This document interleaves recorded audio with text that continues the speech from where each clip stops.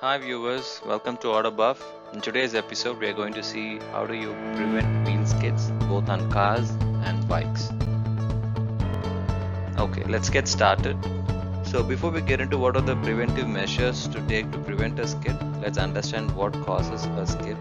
Generally, a vehicle skidding or a skid is caused when your tires lose traction with the ground. So when you drive a car, there's always enormous friction between the road and the tires, and that's the reason when you apply brakes or when you take a turn, the car is able to accelerate or decelerate or turn whenever you need it to. Right? So what happens during a skid is a small layer of dirt, dust, sand, mud or water or a combination of all comes in between the road and the tire and forms a lubricating layer, which ultimately causes the vehicle to skid, which is definitely not good when you drive a vehicle. So having spoken about what causes skid, let's try to understand how do you prevent skids. First and foremost is to replace worn tires. New age tires come with wear indicators on the tread, where you can see it on the side walls of the tires. So wherever you feel your tire is worn out, please ensure that you change your worn out tire. There's a lot of ways to figure out whether your tire needs replacement or not. So especially to prevent skids, you should have a good tread pattern which is not worn out. So good tires, especially the front tires, would prevent a lot of skids. Replacing as a set will definitely make a bigger impact. Second is to ensure that you have ABS, anti-lock braking system.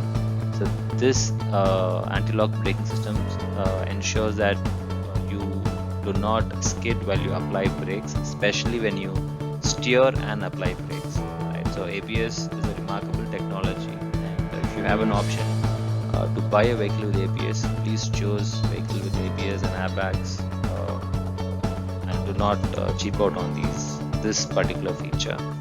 And so we also already made a video on how CBS or combi brakes can increase your percentage of skidding. So please ensure that if you're riding a bike, CBS and combi brakes are disabled. The third point is tire pressures. Tire pressures are to be kept at the optimal level. Do not go beyond what your manufacturer has prescribed. So generally, as a rule of thumb, having a higher tire pressure on a wet road prevents skids better. Right? So because there's a concept called hydroplating, and having a higher pressure in your tire would prevent that. Having a lower pressure would increase hydroplating and it will increase the chances of risk. So in case if your tires manufacturer tire pressure range for your tires are about 34, 36, choose 36. Don't go beyond 36. Don't go below 36. So 36 is the sweet spot. On summers, having 34 is better, but on rainy days, on winters, on wet roads, choosing the higher PSI or bar that the manufacturer has recommended, please stay with it. The other point is change your brake pads. Running your cars and bike during wet roads during the rainy season has a significant impact on your brake pads because they cause it to wear easily. Having a worn out brake pad needs to be replaced immediately.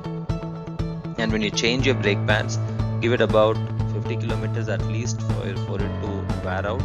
Else, if you just put in your new brake pads, you don't have ABS and you just slam the brakes, there is a lot of chances your wheel will get locked.